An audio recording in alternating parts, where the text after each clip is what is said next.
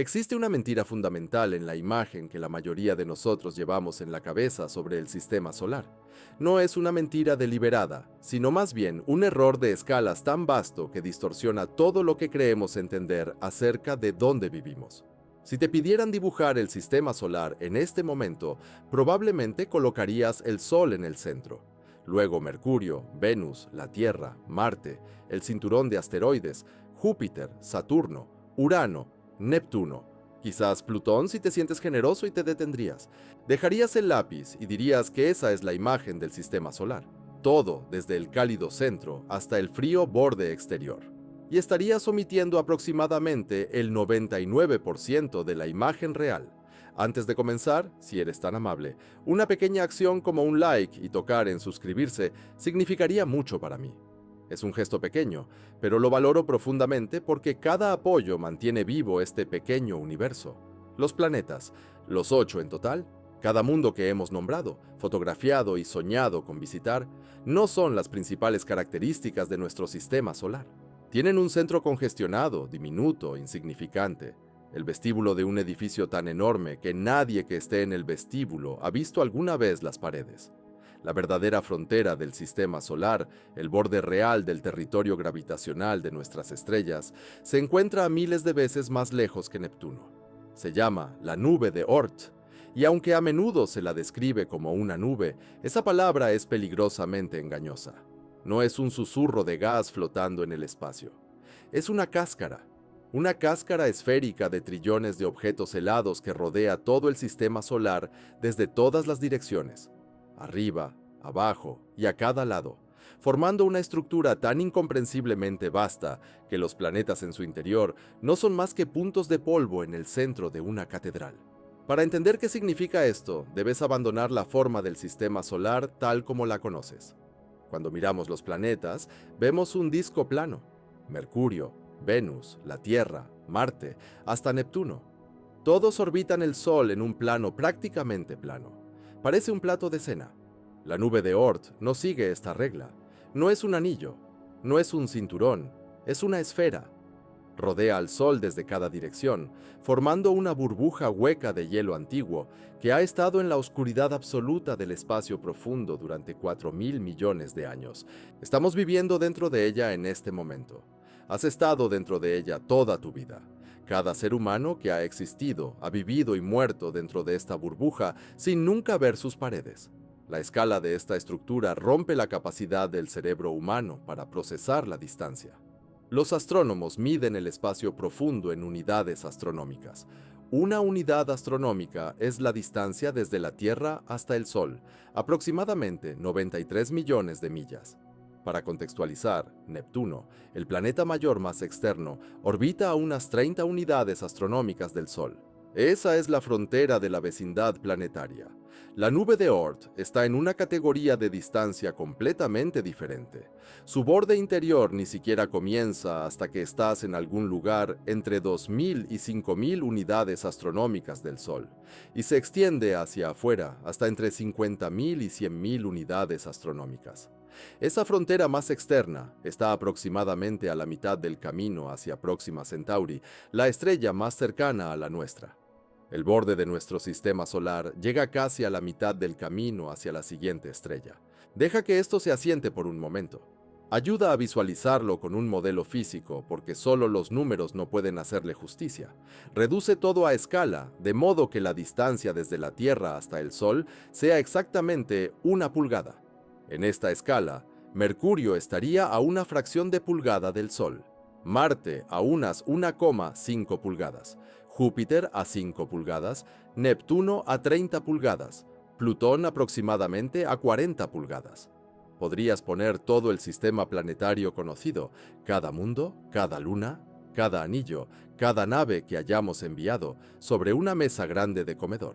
Ahora, en esta misma escala, el borde interior de la nube de Oort no comenzaría hasta que caminaras varias centenas de pies alejándote de esa mesa, salieras por la puerta, bajaras por la calle, pasaras la casa de tu vecino. Y el borde exterior de la nube de Oort, la verdadera frontera de nuestro sistema solar, estaría aproximadamente a 1,5 millas de distancia. Los planetas son unos cuantos puntos de polvo en una mesa de comedor en el centro de una esfera que se extiende por millas en todas las direcciones. Esa es la realidad del sistema solar, no el diagrama que aprendiste en la escuela, no el cartel en la pared del aula. Una burbuja de hielo y oscuridad tan enorme que la luz misma tarda más de un año en cruzarla, y aquí está la parte que debería inquietarte. Esto no es una abstracción. No es un constructo teórico que los astrónomos inventaron para hacer que sus modelos funcionaran. Es la estructura física del espacio que habitas. Estás dentro de la nube de Oort en este momento, igual que un pez está dentro del océano.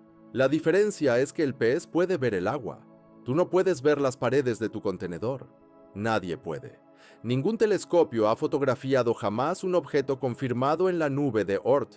Ningún nave espacial ha llegado nunca a acercarse a ella. La máquina más rápida que la humanidad ha construido. La Voyager 1, lanzada en 1977, viajando a unos 38.000 millas por hora, ha recorrido aproximadamente 160 unidades astronómicas en casi 50 años de viaje. La frontera interior de la nube de Oort todavía está a miles de unidades astronómicas de distancia. A su velocidad actual, la Voyager 1 no llegará a comenzar la nube de Oort en otros 300 años y tardará aproximadamente 30.000 años en atravesarla por completo. 30.000 años.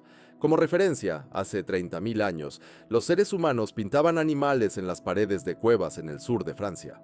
Todo el período de civilización registrada, cada imperio, cada guerra, cada revolución, cada logro tecnológico, desde la invención de la escritura hasta el lanzamiento del telescopio espacial James Webb, cabe dentro de esa cifra. Esta estructura masiva se divide en dos regiones distintas. La sección más cercana a nosotros se llama la nube de las colinas o la nube interna de Oort. Tiene forma más parecida a un toro grueso, un dona de restos helados que contiene aproximadamente 5 veces más masa que la capa exterior. Es más denso aquí, aunque la palabra denso es casi cómicamente engañosa en este contexto. A medida que te alejas más, pasas a la nube de Oort exterior, la esfera completa que envuelve todo. Los objetos allá afuera no son rocas como los asteroides que encontramos entre Marte y Júpiter. Son hielos volátiles, agua congelada, metano congelado, amoníaco congelado, monóxido de carbono congelado. Estos son los restos prístinos de la formación misma del sistema solar hace 4.000 millones de años. Han estado en temperaturas apenas por encima del cero absoluto, en un vacío casi perfecto, casi sin ser perturbados desde que nacieron los planetas. Son más antiguos que cada rasgo superficial en cada mundo del sistema solar. Más antiguos que los cráteres en la Luna. Más antiguos que los volcanes en Marte. Más antiguos que los anillos de Saturno. En un sentido muy real, son los materiales de construcción originales de nuestro sistema solar, sin usar, sin tocar, congelados en el tiempo en el borde de todo. Hay un error común que la gente comete al intentar imaginar esto. Tendemos a imaginar una tormenta densa de hielo, un campo espeso de objetos congelados donde una nave espacial tendría que esquivar y serpentean a través de una tormenta de escombros. La ciencia ficción nos ha entrenado para esperar esto. La realidad es exactamente lo contrario. Aunque se estima que la nube de Oort contiene entre 1 y 2 billones de objetos, el volumen de espacio que ocupan es tan inmenso que la distancia promedio entre cualquier par de objetos es de decenas de millones de millas, aproximadamente la distancia de la Tierra a Saturno. Si estuvieras de pie sobre uno de esos cuerpos helados en medio de la nube y miraras a tu alrededor, no verías absolutamente nada más que estrellas, no verías objetos vecinos, no habría indicio de que existieran trillones de otros mundos congelados cerca de ti. Ni siquiera verías el sol como un sol, se parecería a nada más que la estrella más brillante en un cielo ordinario, sin calor, sin disco, sin luz dorada, solo un punto ligeramente más brillante que los demás, indistinguible de una estrella cercana, a menos que supieras exactamente dónde mirar. Es el lugar más solitario del sistema solar. Una oscuridad congelada, silenciosa y vacía que se extiende por billones de millas en todas las direcciones. Y es la estructura más grande que nuestra estrella haya construido jamás. Más grande que todos los planetas juntos por un factor que desafía la intuición. Más grande que todo el volumen de espacio que la luz del Sol puede iluminar de manera significativa. No es una característica del sistema solar. Es el sistema solar. Todo lo demás, cada planeta, cada luna, cada anillo, cada rastro de cometa y cinturón de asteroides, es solo una pequeña mancha brillante en su centro. Y nunca lo hemos visto, nunca lo hemos fotografiado, nunca lo hemos tocado. Nunca hemos enviado una máquina que haya sobrevivido lo suficiente como para confirmarlo mediante observación directa. Todo lo que sabemos sobre la nube de Oort proviene de inferencias, de matemáticas, de observar las cosas que nos envía. Porque de vez en cuando algo allá afuera se altera. Algo se desprende de esa capa congelada y comienza a caer hacia adentro, hacia el Sol, hacia nosotros. Y cuando llega, dejando una cola de hielo vaporizado en el cielo, le damos un nombre. Lo llamamos cometa. Y durante unas semanas miramos hacia arriba y nos maravillamos de su belleza, sin darnos cuenta de que es una postal desde las paredes de nuestra prisión. Y es fácil pensar en la nube de Oort y en el esquema de que siempre ha estado allí, una capa estática de hielo, una cerca permanente alrededor del sistema solar que se formó en su lugar y nunca se movió. Tendemos a pensar en el espacio como algo fijo. Los planetas orbitan en círculos ordenados. Las lunas permanecen donde están. El mapa del sistema solar se ve igual hoy que hace 1.000 millones de años. Pero todo esto no es cierto. El sistema solar no es una fotografía, es una escena del crimen. Y la nube de Oort es el campo de escombros del evento más violento en la historia de nuestra estrella.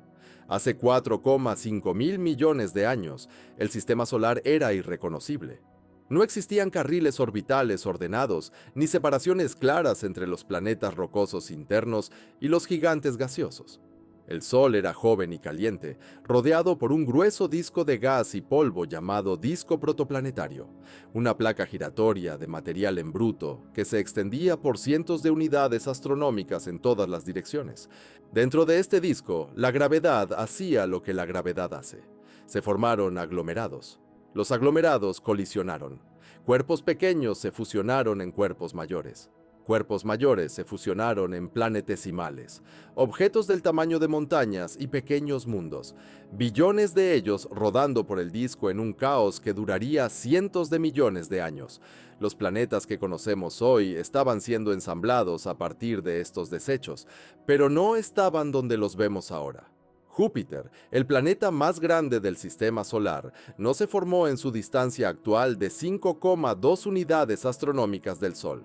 Los modelos actuales de migración planetaria, especialmente el modelo NICE, desarrollado por un equipo internacional de astrónomos en 2005, sugieren que Júpiter se formó más cerca del Sol y luego migró hacia afuera. Saturno hizo lo mismo.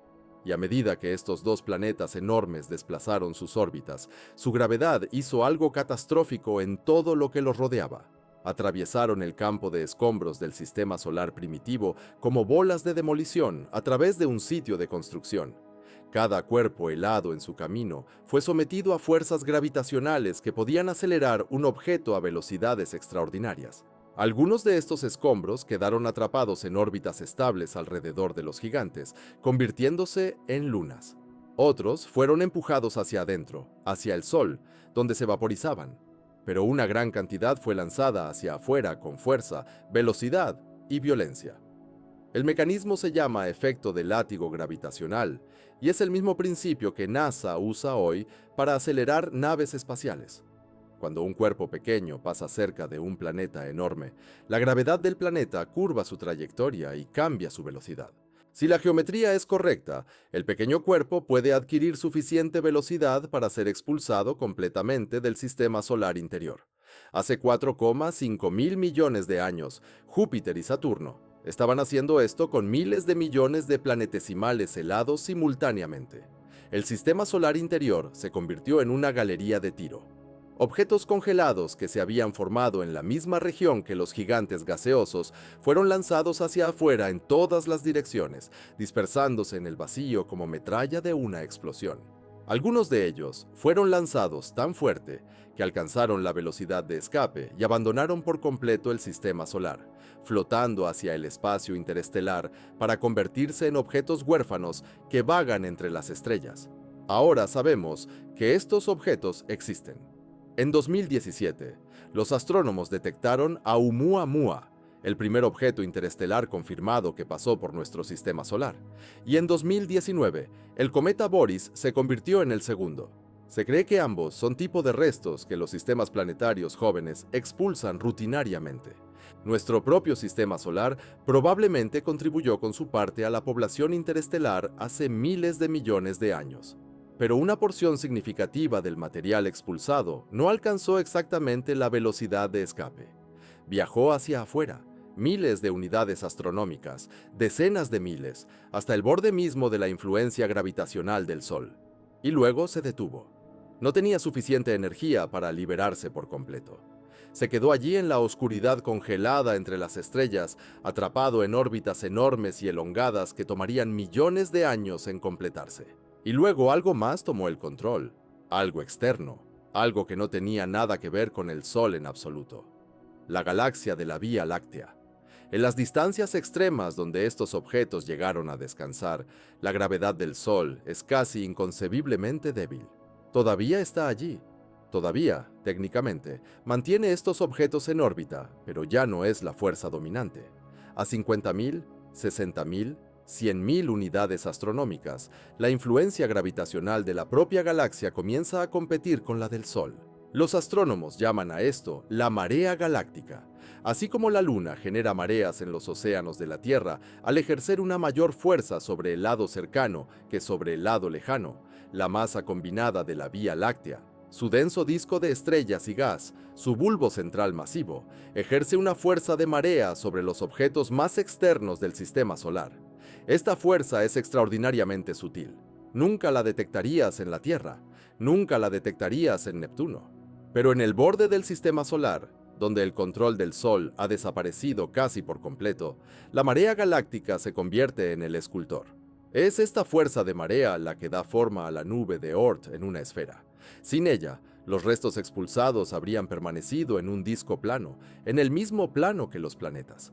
Pero la gravedad de la galaxia tiró de estos objetos distantes desde todas las direcciones, arriba, abajo y a cada lado, aleatorizando gradualmente sus órbitas durante miles de millones de años hasta que formaron la envoltura esférica que inferimos hoy. La nube de Oort es esférica, no porque se haya formado así, sino porque la galaxia la hizo de esa manera. El Sol expulsó el material hacia afuera, la galaxia lo atrapó y lo envolvió en una bola. Esto crea una situación física que es única en el sistema solar. Los objetos en la nube de Oort existen en la cuerda delgada del control del Sol. Están técnicamente ligados a nuestra estrella. Orbitan alrededor del Sol, pero lo hacen tan lentamente y a tan grandes distancias que el Sol apenas los mantiene. Un pequeño empujón, una perturbación diminuta, y pueden ser arrancados, y las perturbaciones ocurren con regularidad. La galaxia no es estática. Las estrellas se mueven. Se desplazan a través de la Vía Láctea en sus propias órbitas, pasando cerca y lejos de nuestro Sol con el tiempo, en escalas de millones de años.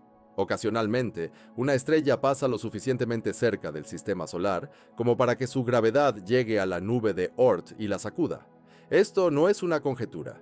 Hemos identificado estrellas específicas que harán esto. Próxima Centauri es una enana roja que actualmente está a unas 63 años luz de la Tierra. Los astrónomos han calculado su trayectoria usando datos de la misión Gaia de la Agencia Espacial Europea, el proyecto de mapeo estelar más preciso jamás realizado, y determinaron que en aproximadamente 1,3 millones de años, Próxima Centauri pasará directamente a través de la nube de Oort exterior. Se acercará a aproximadamente 10.000 unidades astronómicas del Sol.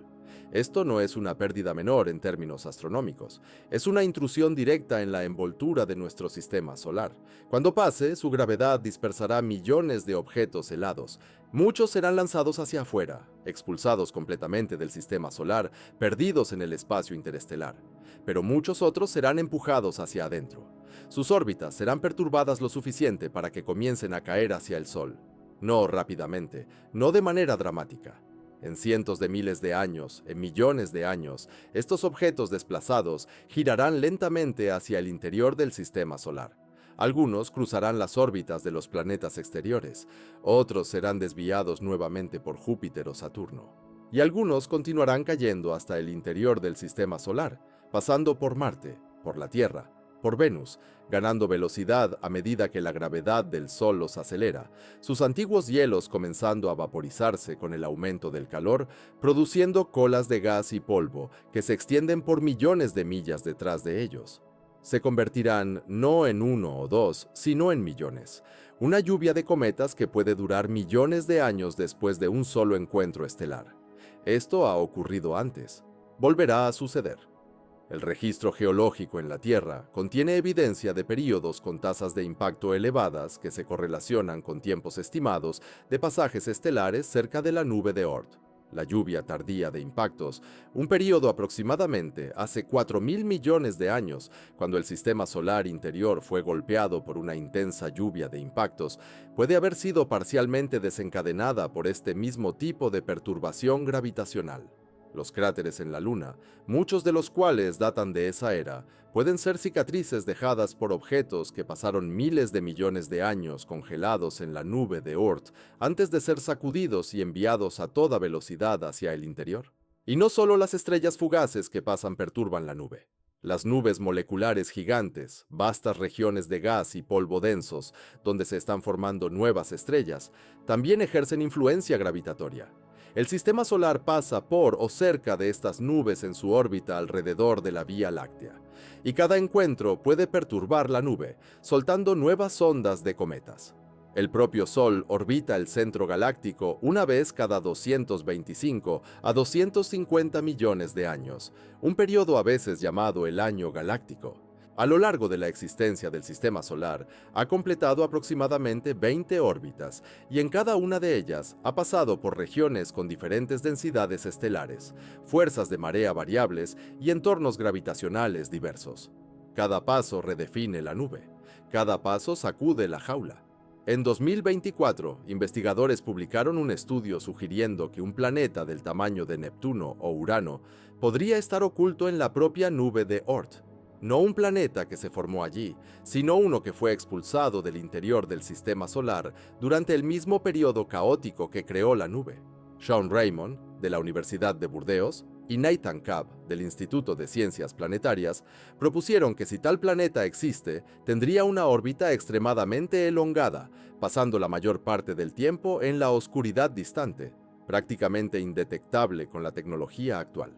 Podría estar orbitando nuestro Sol en este momento, lo suficientemente grande como para calificar como un planeta completo, y no tendríamos forma de saberlo.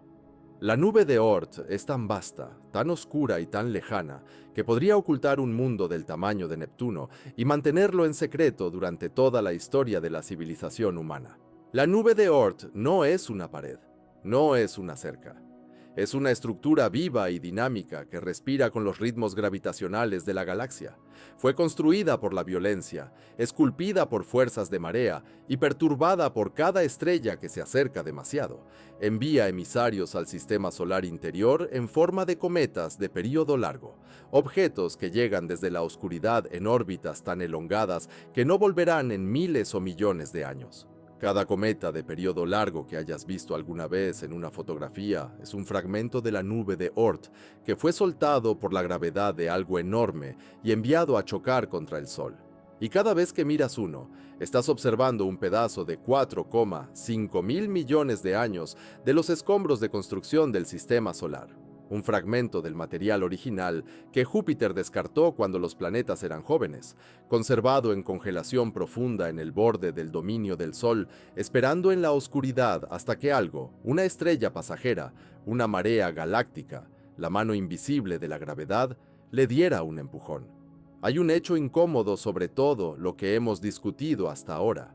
Todo sobre la escala, los billones de objetos, la cáscara esférica que se extiende hasta la mitad del camino hasta la estrella más cercana, la formación violenta, las mareas galácticas, los planetas ocultos, todo ello descansa sobre una sola admisión profundamente inquietante. Nunca hemos visto realmente la nube de Oort, ni una sola vez, ni una sola fotografía confirmada, ni un solo objeto rastreado, ni una sola detección directa de ningún tipo.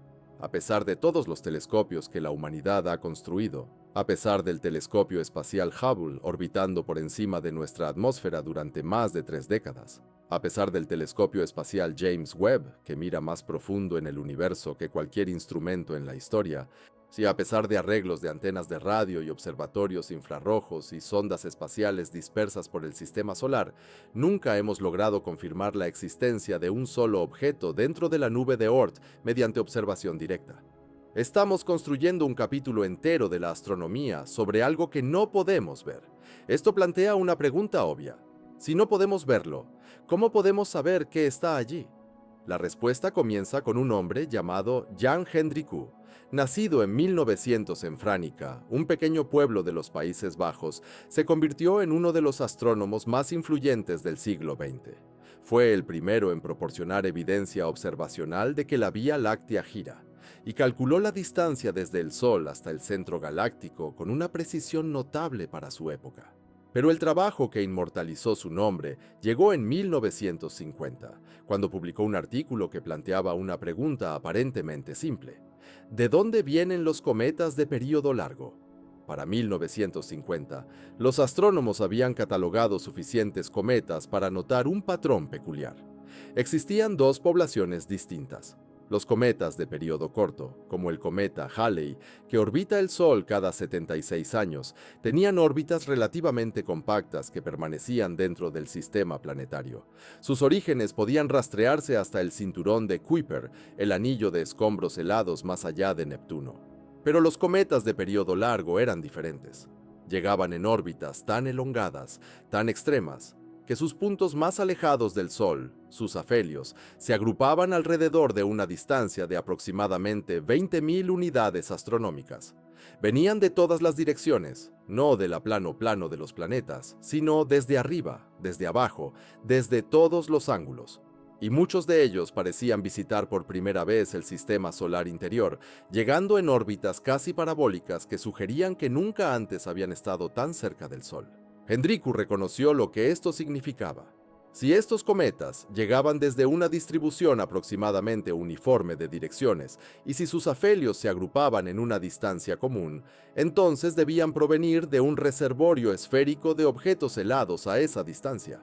Los cometas no eran visitantes aleatorios. Eran escapados de una estructura, una cáscara, una vasta población esférica de cuerpos congelados orbitando el Sol en su frontera más lejana, perturbados ocasionalmente hacia el interior por la gravedad de estrellas que pasan o la influencia de marea de la galaxia.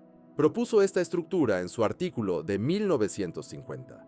La comunidad astronómica aceptó la lógica casi de inmediato, porque las matemáticas eran claras y las predicciones eran comprobables. Si la nube de Oort existe, entonces los cometas de período largo deberían llegar desde todas las direcciones con una frecuencia aproximadamente igual. Y así es. Si la nube de Oort existe, entonces los cometas con los periodos orbitales más largos deberían tener una agrupación de fallas en un rango específico de distancias. Lo hacen. Si la nube de Oort es perturbada por estrellas que pasan, entonces las llegadas de cometas deberían mostrar patrones estadísticos que se correlacionen con pasajes estelares conocidos. Los datos son coherentes con esta predicción. 75 años después, la nube de Oort sigue siendo una de las inferencias más sólidas en toda la astronomía. Nunca la hemos visto, pero la evidencia que nos envía en forma de cometas es tan consistente, tan matemáticamente coherente, tan predictiva que prácticamente ningún astrónomo profesional duda de su existencia. Es la estructura más grande del sistema solar. Y sabemos que está allí de la misma manera en que sabes que hay un fuego en un edificio en el que nunca has entrado. Puedes ver el humo. El humo en este caso es espectacular. En 2014, los astrónomos Pedro Bernardinelli y Gary Bernstein descubrieron un objeto que se convertiría en uno de los cometas más notables jamás observados. El cometa C204 UN271, ahora llamado Bernardinelli-Bernstein, es un monstruo. Mide aproximadamente 140 kilómetros de ancho, más de 10 veces el tamaño de un cometa típico. Para ponerlo en perspectiva, el asteroide que mató a los dinosaurios hace 66 millones de años tenía aproximadamente 7,5 metros de ancho. Bernardinelli-Bernstein es más de 11 veces más grande. Es el objeto del nube de Oort más grande observado directamente. Y cuando fue detectado por primera vez, todavía estaba más allá de la órbita de Neptuno, desplazándose hacia adentro desde el profundo sistema solar exterior en una órbita que tarda aproximadamente 3 millones de años en completarse. 3 millones de años. La última vez que este objeto estuvo tan cerca del Sol, la especie Homo aún no existía en la Tierra. En 2025, un equipo de astrónomos que utilizó el Gran Array de Atacama en Chile, uno de los sistemas de radiotelescopios más potentes del planeta, hizo una observación innovadora. Detectaron actividad molecular en Bernardinelli-Bernstein, mientras todavía estaba a más de 16 unidades astronómicas del Sol, más de la mitad del camino hacia Neptuno. Chorros de gas de monóxido de carbono estaban erupcionando desde el núcleo del cometa, plumas complejas y en evolución de gases que proporcionaron la primera evidencia directa de lo que impulsa la actividad en estos objetos antiguos y distantes. Esta fue la primera vez que se detectó emisión molecular en este cometa. La observación confirmó que incluso a enormes distancias del Sol, donde las temperaturas apenas superan el cero absoluto, estos objetos de la nube de Oort no son completamente inertes. Algo está ocurriendo en sus superficies. Hielos antiguos están sublimando. La química está ocurriendo. Los relictos congelados del nacimiento del sistema solar están despertando a medida que caen hacia adentro. Y estamos presenciando esto en tiempo real por primera vez en la historia humana. Y Bernardinelli-Bernstein es solo un objeto. El observatorio Vera C. Rubin, que actualmente está en proceso de puesta en marcha en Chile, se espera que revolucione nuestra comprensión de la nube de Oort cuando su encuesta de espacio y tiempo comience a operar a plena capacidad. Esta encuesta de 10 años explorará todo el cielo visible de manera repetida, con una profundidad y velocidad sin precedentes.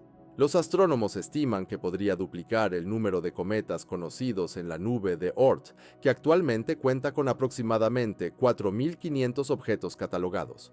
Por primera vez, tendremos una muestra estadística lo suficientemente grande como para mapear la estructura de la nube de Oort en 3 dimensiones. No observando la nube en sí, sino siguiendo las trayectorias de los objetos que libera. Hay algo profundo en la forma en que sabemos que la nube de Oort existe. Hemos construido nuestra comprensión de la estructura más grande del sistema solar completamente mediante inferencias, matemáticas y el seguimiento paciente de objetos que caen de la oscuridad y pasan brevemente por nuestro campo de visión antes de desaparecer nuevamente en el vacío. Es un trabajo detectivesco a escala cósmica, y las herramientas de detective se están afinando. La misión GIA de la Agencia Espacial Europea ha mapeado las posiciones y trayectorias de casi 2.000 millones de estrellas en la Vía Láctea con una precisión extraordinaria. Estos datos han permitido a los astrónomos identificar no solo Gliese 710, sino docenas de otras estrellas que han pasado por o cerca de la nube de Oort en el pasado o lo harán en el futuro. Cada uno de estos encuentros es un posible desencadenante para lluvias de cometas. Cada uno es un punto de datos que nos ayuda a entender con qué frecuencia la jaula se sacude y qué sucede cuando lo hace. La ESA también está preparando una misión llamada Comet Interceptor, programada para su lanzamiento en 2029. La nave espacial estará estacionada en un punto de gravedad estable en el espacio, el punto de Lagrange entre el Sol y la Tierra, y esperará allí hasta que aparezca un objetivo adecuado. Cuando se detecte un cometa pristino de la nube de Oort ingresando por primera vez al sistema solar interior, el interceptor de cometas será enviado a encontrarse con él. Pasará a través de la coma del cometa, la nube de gas y polvo que rodea su núcleo, y recopilará datos sobre su composición, estructura y actividad. Esta será la primera vez que la humanidad estudie de cerca un objeto pristino de la nube de Oort. Cada cometa que hemos visitado antes, como Halley o Gerasimenko, ya había realizado múltiples pasadas por el sistema solar interior. Sus superficies habían sido alteradas por el calor del Sol. Su química original había sido parcialmente destruida. El interceptor de cometas estudiará un objeto que ha estado congelado en su estado original durante 4.000 millones de años. Será como abrir una cápsula del tiempo sellada en el nacimiento del sistema solar. Pero incluso con todos estos avances, una imagen directa de la nube de Oort en sí misma sigue estando fuera de nuestro alcance. Los objetos son demasiado pequeños, están demasiado lejos. No reflejan una luz significativa, no emiten radiación detectable, son invisibles en todas las longitudes de onda que podemos observar. La única manera de encontrarlos es esperar a que se muevan, caigan hacia adentro, desarrollen colas, se anuncien convirtiéndose en cometas. La nube de Oort solo se revela cuando ella decide hacerlo. El resto del tiempo permanece en la oscuridad, en silencio, antigua y enorme, más allá de la comprensión. Hay una frase que los astrónomos a veces usan al describir la nube de Oort. Hemos cartografiado la superficie de Marte con mayor resolución que la frontera exterior de nuestro propio sistema solar. Hemos fotografiado galaxias a miles de millones de años luz de distancia con mayor claridad que la que podemos obtener al fotografiar la estructura que define el borde de nuestro hogar. Las cosas más lejanas en el universo son más fáciles de ver que las paredes de la habitación en la que vivimos. La nube de Oort no está lejos en la forma en que lo están otras galaxias. Está lejos de una manera que la hace invisible. Está demasiado cerca para ser interesante para los telescopios diseñados para el espacio profundo y demasiado lejos para ser alcanzada por cualquier nave espacial que podamos construir. Existe en un punto ciego, el punto ciego más grande en toda la astronomía, y estamos dentro de él. En 2012, el mundo celebró un momento histórico. Los titulares anunciaron que la Voyager 1 finalmente había salido del sistema solar. Era el primer objeto hecho por el hombre en entrar en el espacio interestelar. Los periódicos difundieron la noticia. Las redes sociales estallaron. Por un breve y brillante momento, la humanidad se sintió como una especie que había dado su primer paso fuera de la puerta principal. La celebración fue prematura. Fue prematura por aproximadamente 30.000 años. Lo que la Voyager 1 realmente cruzó en 2012 no fue el borde del sistema solar, fue el borde de la heliosfera. No son lo mismo. Y la diferencia entre ellos es la diferencia entre salir de tu porche y abandonar tu país. El Sol constantemente emite un flujo de partículas cargadas hacia afuera en todas las direcciones, un flujo llamado viento solar. Este viento crea una enorme burbuja magnética alrededor de los planetas llamada heliosfera. Es la región del espacio donde el campo magnético del Sol y su salida de partículas predominan sobre la radiación y las partículas provenientes del resto de la galaxia. La frontera exterior de esta burbuja, la superficie delgada e invisible donde la presión hacia afuera del viento solar finalmente se equilibra con la presión hacia adentro del medio interestelar, se llama el heloporo. En 2012, la Voyager 1 cruzó el heloporo. Detectó una caída repentina en las partículas solares y un aumento dramático en los rayos cósmicos provenientes del exterior del sistema solar. Había salido de la influencia magnética del Sol, pero la influencia magnética y la influencia gravitacional son dos cosas completamente diferentes. El sistema solar no está definido por el magnetismo, está definido por la gravedad. El sistema solar termina donde el Sol ya no puede mantener gravitacionalmente objetos. Por esa definición, la Voyager 1 apenas ha salido del porche delantero. La nave se encuentra actualmente a unas aproximadamente 165 unidades astronómicas de la Tierra. Es el objeto hecho por el hombre más distante en existencia. Ha estado viajando durante casi 50 años a aproximadamente 38.000 millas por hora, cubriendo unos 10 metros cada segundo. Eso es extraordinariamente rápido según cualquier estándar humano, y sin embargo, a esa velocidad, la escala de la nube de Oort hace que la Voyager 1 parezca prácticamente inmóvil. Actualmente está flotando por el espacio vacío entre el heloporo y el borde interno de la nube de Oort. No llegará al comienzo de la nube durante otros 300 años, en algún momento alrededor del siglo XXIV. Para cuando llegue, cada ser humano vivo hoy habrá muerto desde hace generaciones. Los idiomas que hablamos habrán cambiado. Las naciones en las que vivimos quizás ya no existan. La tecnología que consideramos avanzada será una curiosidad arqueológica. Y la Voyager seguirá flotando en silencio absoluto y sin vida, porque se habrá quedado sin energía mucho antes de llegar allí. La Voyager 1 funciona con un generador termoeléctrico de radioisótopos en una batería nuclear que convierte el calor del plutonio 238 en electricidad. Esa fuente de poder ha ido decayendo desde el día en que fue lanzada. Los ingenieros de la NASA ya han comenzado a apagar instrumentos para conservar lo que queda.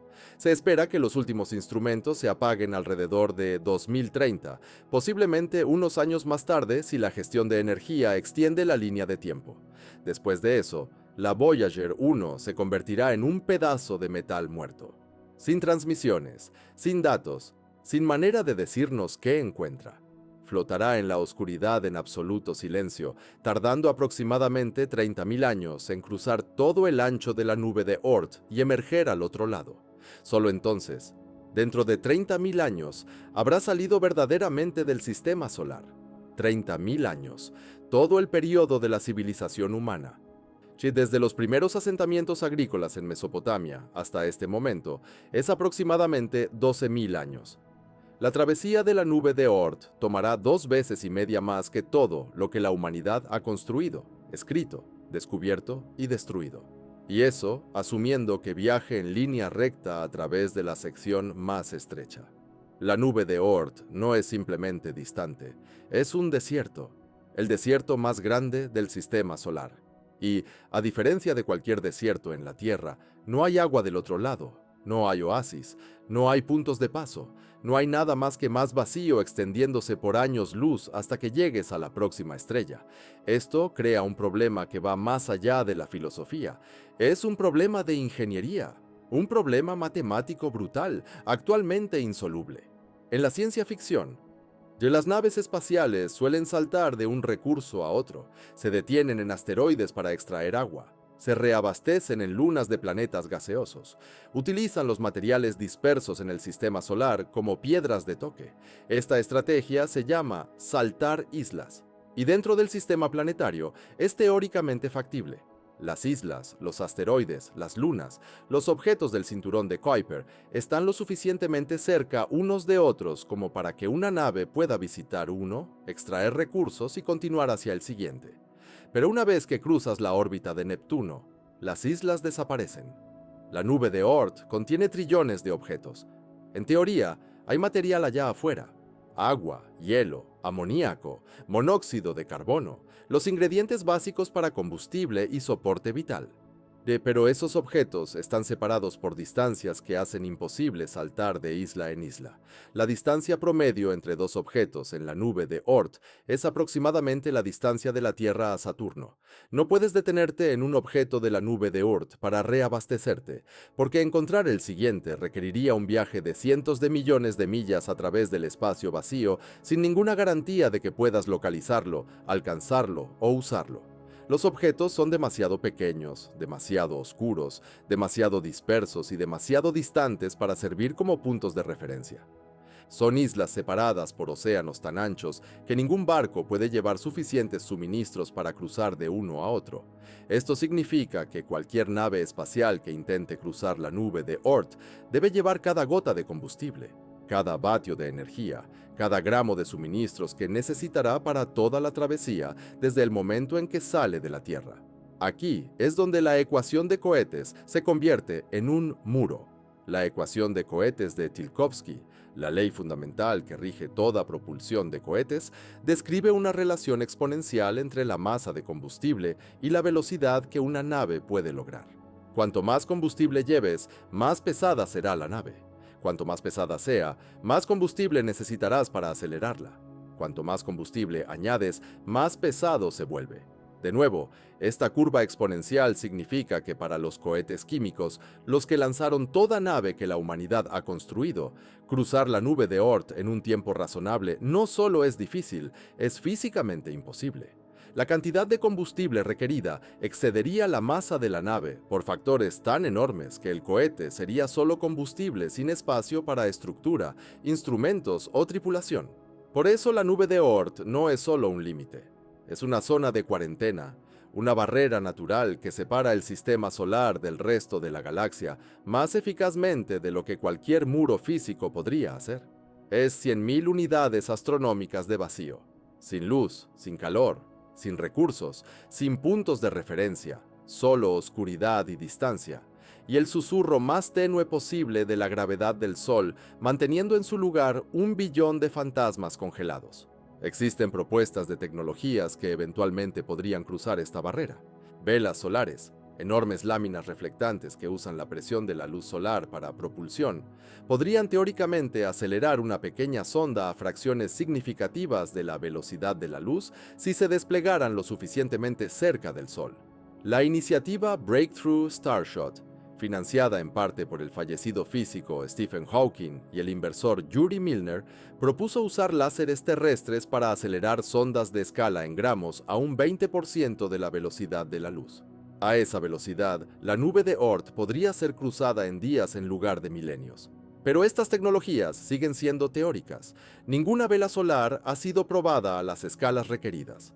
Ningún array de láser capaz de impulsar una sonda a velocidades relativistas ha sido construido. Los desafíos de ingeniería son enormes, involucrando ciencia de materiales, generación de energía, apuntamiento de precisión y comunicación a través de distancias interestelares que aún no hemos resuelto. La propulsión nuclear ofrece otro camino.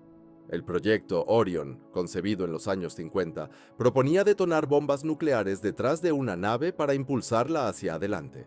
El concepto es rudimentario, pero físicamente sólido. Potencialmente podría alcanzar velocidades del 3 al 5% de la velocidad de la luz, suficiente para cruzar la nube de Oort en décadas en lugar de milenios. Conceptos más refinados como la propulsión nuclear térmica y la propulsión nuclear eléctrica están siendo activamente estudiados por la NASA y empresas privadas, pero ninguno ha sido probado para distancias interestelares. Ninguno ha sido financiado a la escala necesaria y todos enfrentan el mismo problema fundamental. La nube de Oort es tan vasta que incluso sistemas de propulsión mejorados drásticamente reducen el tiempo de cruce de lo imposible a simplemente impráctico. Por ahora y durante un futuro previsible, la nube de Oort es un muro. No un muro hecho de materia, sino un muro hecho de vacío. 100.000 unidades astronómicas de vacío que nuestra biología no puede sobrevivir, que nuestros motores no pueden cruzar y cuyas vidas no pueden superar. Es la poza que mantiene a la humanidad confinada en su pequeña isla de planetas, lunas y asteroides en el centro de una estructura tan vasta que no podemos ver sus bordes, no podemos alcanzar sus límites y no podemos enviar una máquina funcional para confirmarlo. Somos, a pesar de toda nuestra inteligencia, toda nuestra ambición, todos nuestros telescopios, cohetes y brillantez matemática, una especie insular atrapada dentro de una burbuja de hielo y oscuridad que no construimos, de la que no podemos escapar y que solo hace poco aprendimos que estaba allí en absoluto. Cuando retrocedemos y miramos toda la imagen, el sistema solar se siente muy diferente de los diagramas que aprendimos en la escuela. No es una familia llena de planetas apiñados alrededor de un fuego cálido. No es una disposición ordenada de esferas coloridas orbitando en círculos ordenados en un plano plano. Es una isla solitaria en medio de un vasto y oscuro océano. Y la nube de Oort es la línea de costa de esa isla, el lugar donde todo lo que conocemos termina y todo lo que no conocemos comienza. Hay una dualidad profunda en esta estructura que vale la pena contemplar por un momento, porque la nube de Oort es dos cosas a la vez, y ambas son ciertas y se contradicen completamente. En un sentido, la nube de Oort es una cuna. Define el puerto seguro de nuestra estrella, envuelve al Sol y a cada planeta, cada luna, cada asteroide y cada nave que hemos lanzado, y crea un territorio distinto, un reino gravitacional donde nuestra estrella sigue siendo soberana. Dentro de esta cáscara, la luz del Sol llega a todo. Su gravedad organiza todo. Su calor, aunque tenue en los bordes exteriores, todavía importa. Los planetas orbitan en caminos predecibles. Las lunas mantienen sus posiciones. Las leyes del movimiento que Newton describió hace 3 siglos se desarrollan con precisión de reloj. La nube de Oort es el límite que hace posible todo esto. Es la cerca que separa nuestro jardín de la naturaleza salvaje más allá. Y dentro de ese límite ha ocurrido algo extraordinario. En un pequeño planeta rocoso, aproximadamente a 8 minutos luz del centro de esta estructura enorme, la química se convirtió en biología, la biología se convirtió en conciencia, la conciencia se convirtió en curiosidad, y la curiosidad construyó telescopios, cohetes y matemáticas lo suficientemente sofisticadas como para deducir la existencia de una capa de hielo a trillones de millas de distancia que ningún ojo humano ha visto jamás. La nube de Oort nos acogió, Nos dio un entorno estable y protegido en el que evolucionar, pensar y maravillarnos. Cada civilización que ha existido en la Tierra, cada poema, cada ecuación, cada sinfonía, cada guerra, cada acto de bondad y crueldad y descubrimiento. Todo ocurrió dentro de esta cáscara. La nube de Oort es el vientre de la conciencia humana. Todo lo que somos, todo lo que hemos sido alguna vez nació dentro de ella. Pero en otro sentido, la nube de Oort es una jaula. La magnitud de ella es el universo que nos dice en los términos más claros que actualmente somos demasiado pequeños para salir. Impone un límite de velocidad y una penalización de distancia que nuestra biología y nuestra tecnología no pueden superar. 100.000 unidades astronómicas de vacío helado sin recursos, sin puntos de referencia, sin forma de recargar combustible, sin forma de comunicarse, sin forma de sobrevivir al cruce con cualquier tecnología que exista actualmente o que probablemente exista dentro de nuestras vidas. La nube de Oort no solo nos separa del resto de la galaxia, nos pone en cuarentena. Nos encierra dentro de nuestro propio sistema con la eficiente indiferencia silenciosa de la física misma. Sin malicia, sin intención, solo distancia y la crueldad exponencial de la ecuación de cohetes y el hecho biológico de que los seres humanos viven aproximadamente 80 años en un universo donde la salida más cercana toma 30.000. Esta cuarentena tiene implicaciones que van más allá de la ingeniería. Moldea la pregunta más profunda que la humanidad ha hecho alguna vez sobre su lugar en el cosmos. ¿Estamos solos?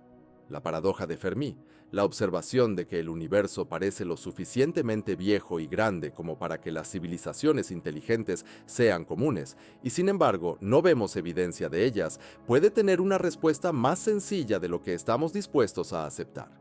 Quizá cada especie inteligente que evoluciona en la galaxia enfrenta su propia versión de la nube de Oort. No necesariamente una cáscara literal de hielo, sino una barrera de distancia. Una brecha entre el sistema estelar donde evolucionó la vida y el sistema vecino más cercano, que simplemente es demasiado vasto, demasiado vacío y demasiado pobre en recursos para cruzar con cualquier tecnología que la biología pueda inventar dentro de la esperanza de vida de una civilización. Quizá la galaxia está llena de vida inteligente, cada especie confinada a su propia pequeña isla, mirando las estrellas, construyendo telescopios, enviando señales de radio y preguntándose por qué nadie responde. No porque no haya nadie allí, sino porque todos están atrapados dentro de su propia jaula, separados por desiertos tan amplios que ningún mensaje llega antes de que el remitente se haya extinguido. La nube de Oort hace que esta posibilidad parezca menos una especulación y más una observación. Somos una civilización tecnológica.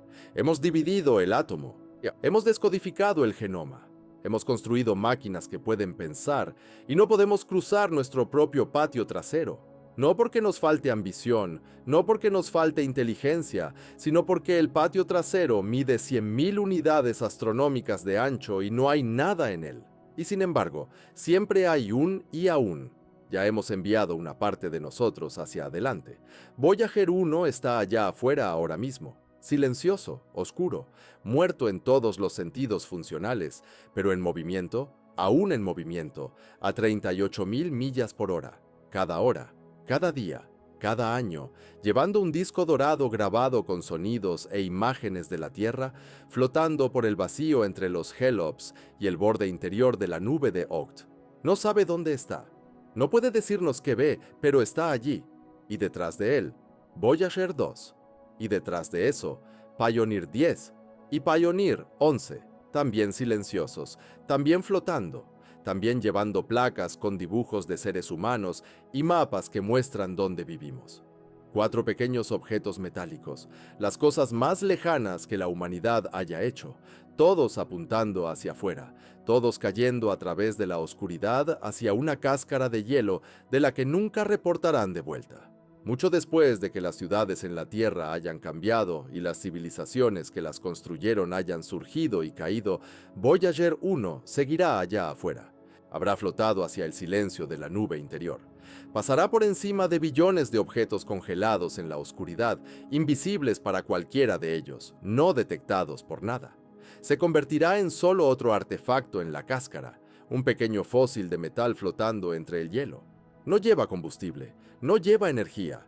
No tiene capacidad para cambiar su rumbo ni para anunciar su presencia, pero lleva un registro de quiénes fuimos. Un disco dorado con saludos en 55 idiomas. El sonido de una madre besando a su hijo. El sonido de la lluvia. El sonido de un latido humano. Chuck Bry tocando Johnny B. Good. Una fotografía de una mujer amamantando a su bebé. La definición matemática de nuestra posición en la galaxia respecto a 14 púlsares. Y todo ello codificado en un disco de cobre bañada en oro diseñado para durar 1.000 millones de años en el vacío espacial. 1.000 millones de años. La nube de Oort aún estará allí. El Sol seguirá quemando. Los objetos congelados seguirán orbitando en sus círculos lentos, oscuros y pacientes. Y en algún lugar entre ellos, una pequeña nave espacial de metal de un pequeño planeta rocoso llevará la única prueba de que algo dentro de la jaula alguna vez miró hacia arriba y se preguntó qué había afuera. En octubre de 2024, el cometa Tsuchinshan Atlas atravesó el sistema solar interior. Era un objeto de la nube de Oort, llegando en una órbita altamente elíptica por primera vez en la historia documentada de la humanidad. Durante unas semanas, personas en todo el mundo miraron hacia el cielo nocturno y lo vieron. Y una mancha de luz con una cola luminosa, visible a simple vista. Hielo antiguo vaporizándose en la calidez de una estrella que no visitaba desde hacía millones de años. Fue hermoso. La gente lo fotografió desde azoteas y cumbres y la Estación Espacial Internacional. Compartieron las imágenes con desconocidos. Se quedaron afuera en el frío, mirando hacia arriba y sintiendo algo que no tenía nombre. Alguna mezcla de asombro y pequeñez y conexión con algo increíblemente antiguo.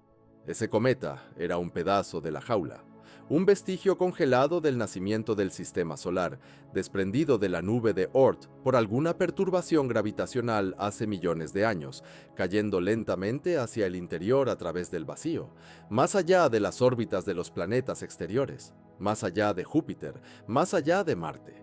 Y hasta que el calor del Sol finalmente lo alcanzó y convirtió 4.500 millones de años de silencio congelado en una historia de luz visible a 100 millones de millas de distancia. Era un mensajero de los muros de nuestra prisión. Y durante unas noches, el mundo entero se detuvo y lo observó pasar.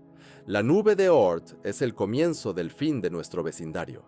Es el horizonte oscuro donde nuestro hogar finalmente se desvanece y la galaxia comienza. Es una cuna y una jaula, un monumento a la violencia que construyó nuestro sistema solar y a la barrera que puede definir los límites de nuestra especie mientras exista. Alberga el material más antiguo del sistema solar en perfecta conservación. Nos envía cometas como cartas de una frontera inexplorada. Esconde mundos que nunca hemos visto y que quizás nunca encontremos. Y envuelve todo lo que hemos conocido. Todo lo que hemos amado, todo lo que hemos construido en una cáscara de hielo y silencio tan vasta que toda la historia de la civilización humana no es suficiente para atravesarla. Estamos dentro de ella. Siempre hemos estado dentro de ella. Y allí afuera, más allá del último objeto congelado, más allá del último susurro de la gravedad del Sol, la galaxia espera. Paciente, enorme, llena de estrellas que podemos ver pero no alcanzar. La nube de Oort se interpone entre nosotros y todo eso, la orilla de todo lo que conocemos, el borde del único hogar que hemos tenido, y en la oscuridad más allá de ese borde, el Voyager se desplaza.